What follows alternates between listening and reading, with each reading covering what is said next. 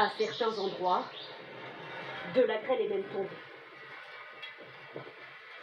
Quelques heures plus tôt, ces intempéries ont touché la Loire-Atlantique. Là aussi, un orage de grêle s'est abattu sur ce camping. Désormais, l'inquiétude se porte sur 8 départements de l'arc méditerranéen placés en vigilance orange. Dans l'Aude, le village de Castan se retrouve déjà sous un tapis de grêle, semblable à de la neige. Des pluies torrentielles commencent à s'abattre. Le Gard et l'Hérault sont particulièrement surveillés. Parmi les départements en vigilance orange, l'Hérault, Liane Courtet est à Montpellier. Bonsoir Liane, quelle est la situation ce soir ? Bonsoir. Alors écoutez, cette cellule orageuse, elle est arrivée au niveau du département de l'Hérault il y a un petit peu plus d'une heure maintenant. Elle se déplace vers l'est. Elle devrait arriver au niveau de Montpellier où nous nous trouvons d'ici quelques minutes.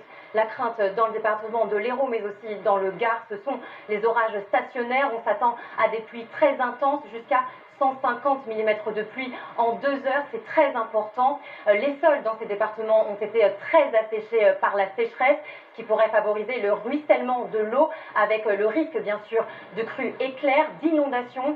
Alors la vigilance est de mise. En prévention, la préfète du Gard a demandé ce soir l'évacuation de tous les campings du département.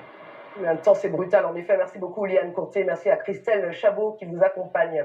Et je vous le disais, c'est donc l'intensité de cet épisode méditerranéen qui inquiète. Chaleur, vent, sécheresse des sols, tout est réuni pour la formation de violents orages. Voyez par vous-même ce qu'il se passe exactement avec Sophie Piard, Isabelle de Lyon et François Gall. Des orages particuliers qui inquiètent le sud de la France.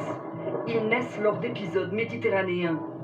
Le pays en a traversé des dizaines, aux conséquences parfois dramatiques.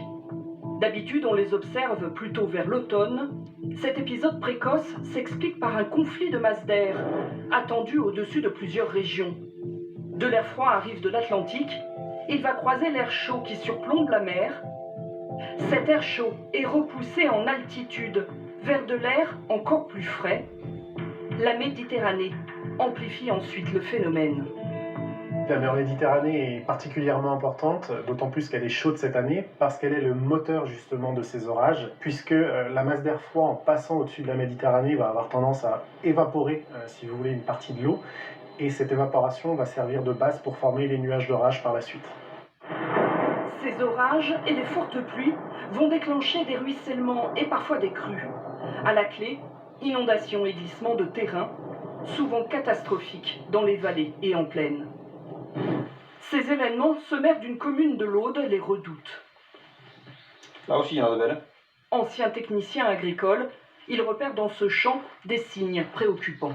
2,5 cm, 3 cm de large dans ces crevasses et elles font 55-60 cm de profondeur. Pour qu'elles se referment, il faudrait juste un peu d'humidité et donc des pluies légères. Si, malheureusement, on a en première pluie des orages forts, cette humectation n'aura pas le temps de se faire, l'eau va passer par-dessus et va commencer à ruisseler. Les terres agricoles peuvent alors être emportées, mais aussi les ponts, les routes, les maisons, comme il y a 2 ans dans la vallée de la Roya, des images d'un épisode méditerranéen qui reste dans toutes les mémoires.